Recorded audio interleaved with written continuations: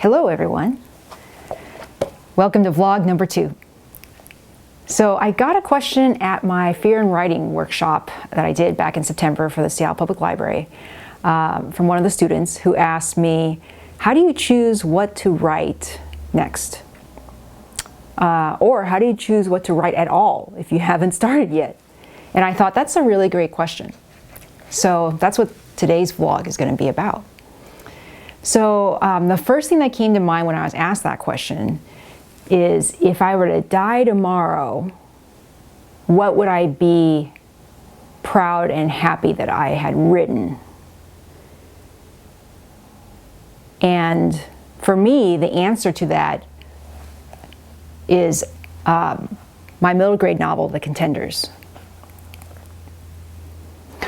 Now, The Contenders didn't start off as a middle grade novel. And I want to tell you this story because this might happen to you. So when I first thought of the character, the main character Eunice, Eunice Young, who is in The Contenders, she actually was in a picture book that I had written. And I was inspired to write that picture book after I had spent a year in the Writing for Children program at the University of Washington. And so I had learned about picture books and how to write them and how to write other children's books, but we had mostly worked on picture books. And so I'd written a draft after the class was done and rewritten it and had my critiquers read it, and I really liked it, and I submitted it to the SCBWI Western Washington Conference to have an evaluation by a visiting editor from New York. And when I met with that editor, she was a very nice editor from Little Brown, she told me, you know, Eunice's story is much bigger than this picture book. You should turn it into a novel. And that surprised me because I wasn't thinking about a novel for her. But it made a lot of sense. I did have a lot more things I wanted to say about Eunice and her life. And so I ended up writing The Contenders. And I'm very happy about it and very proud of what I created. And the reason I tell you this is, yes, it's the story that I'm glad I wrote in case I die tomorrow. And I'm also glad that I wrote a shorter version of my idea first. And the reason I tell you that is because if you're just starting out in writing and you're thinking about something that you really want to write, a story you really want to write, I just want you to think about maybe there's a shorter version that you could do first.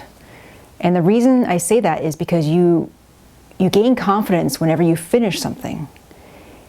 And it's really hard, I know because I've done it, it's really hard to finish a whole novel.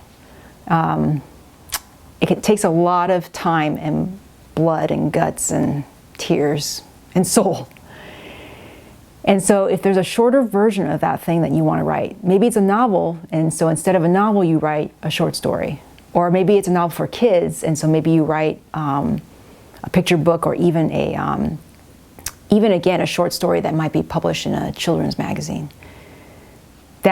Finishing that can give you a sense of accomplishment, so that you then gain more confidence as you go for the bigger story, such as writing the novel. So that's my advice on how do you choose what to write next. Think about, if I were to die tomorrow, what would I want to see written and published?